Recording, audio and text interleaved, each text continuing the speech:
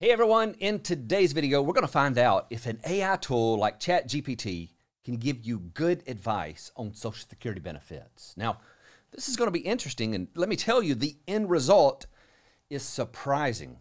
We're still in the early stages of technologies like these, and it's mind-blowing what they can already do. But before we jump into that, when we're talking about the future and how technology is reshaping how we do everything, it's become more important than ever to step up your privacy game and make sure you aren't unintentionally exposing your sensitive information to people who would love to use it and for reasons that don't necessarily benefit you. And you can protect your privacy with a sponsor of today's video, NordVPN. No one likes to be watched or tracked, even if they have nothing to hide. It may be that you just want to keep your information to yourself.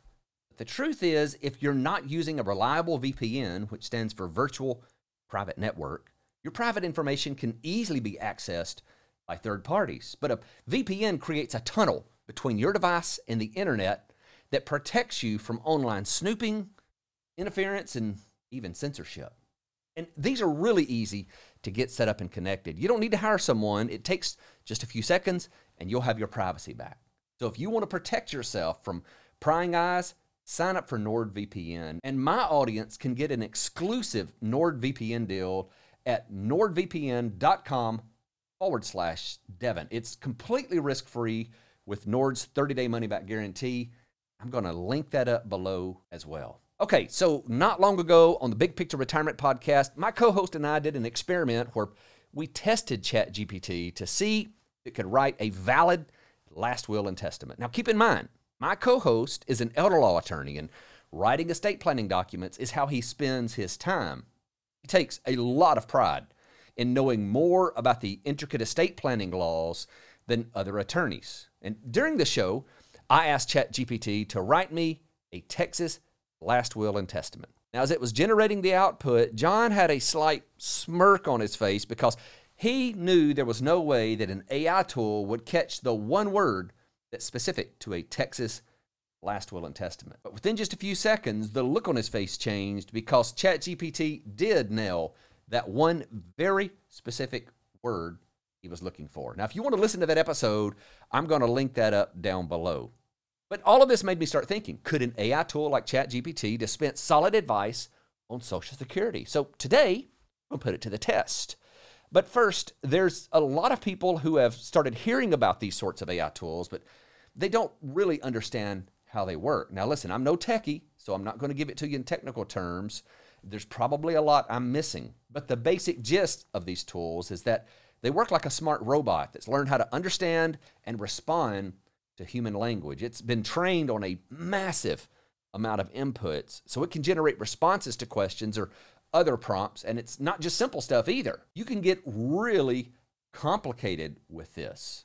So let's start with something simple and see how it works. So let's say, what is the best age to file for Social Security?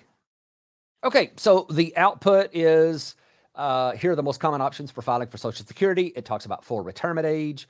That's when you can receive 100% of your Social Security benefit. This ranges from age 66 to 67. So far, so good. Early filing, you can file as early as 62, but you'll receive a permanently reduced benefit.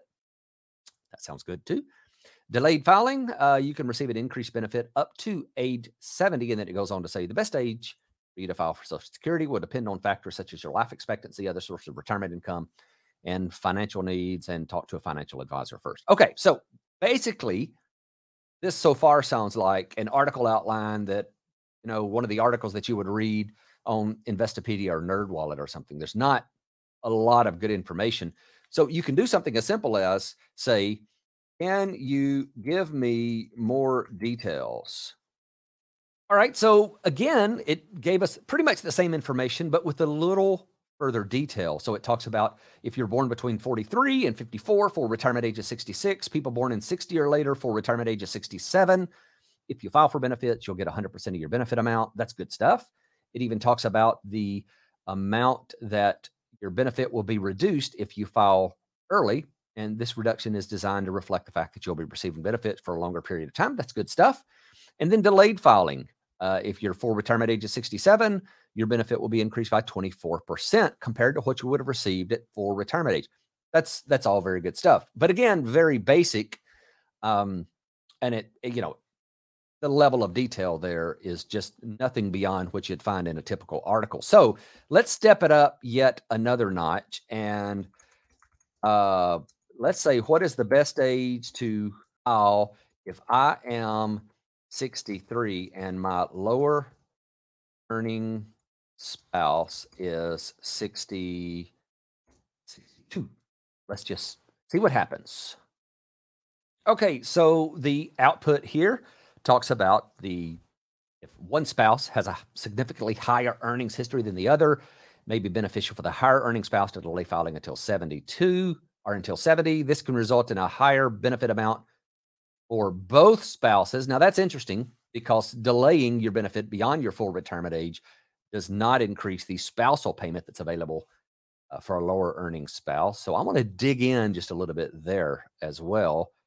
If one spouse is in poor health or has a short life expectancy, file for benefits as soon as possible. They can receive as much lifetime benefits as possible. Yeah, I can see that. There's a few caveats that should be added there. If they both have similar earnings histories, could make sense for both of them to file at full retirement age. Yeah, maybe so. So let's dive in a little bit on this and let's ask, how is a Social Security spousal benefit calculated? Well, thankfully, it can understand that I'm trying to spell security and not whatever that word was that I spelled. Okay, so I can already see that the output this has given me is actually pretty accurate.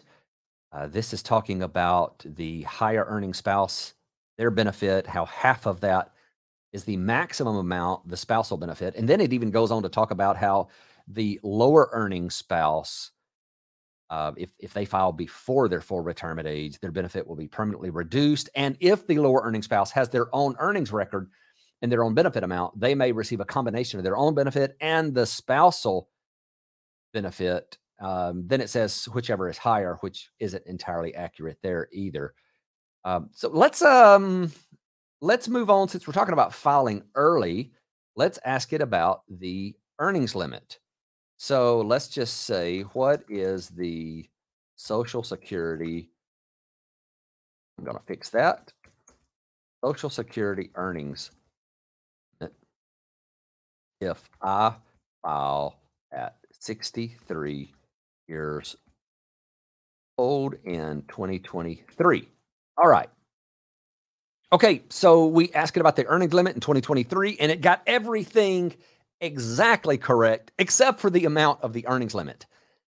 It's still using the 2021 earnings limit, it looks like, which I think was the last update for this. It's only using data in 2021 and prior, so that makes sense. But it certainly presents a very compelling pitch for the 2023 income limit being $18,960, which it is not.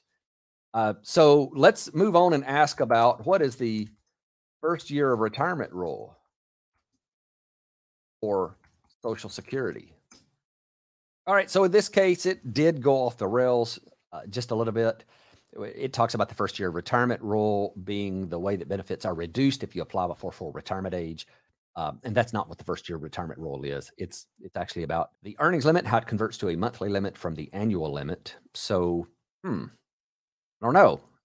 So, the information has been pretty good so far. It's had a couple of screw ups, but this one is really screwing it up.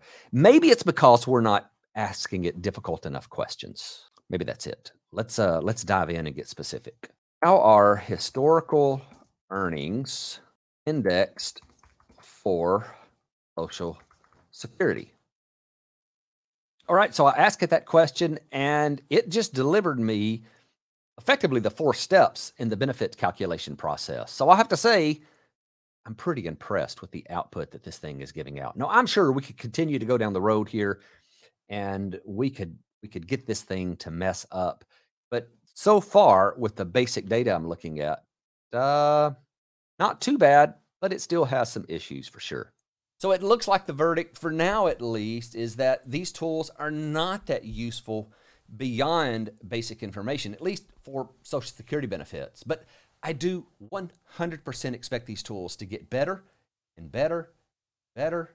One day in the future, you'll be able to get highly specific and accurate information. And this is something I'll continue to cover. So if you want to stay informed about how these technologies are progressing and how they can enhance your retirement planning, be sure to subscribe and hit that notifications bell. That way you'll know when I release a new video. Also, be sure to check out the podcast episode where we talk about this technology and how it's being currently used and the forecast for how it's going to change the way we learn, get things done in the future. Thank you so much for watching.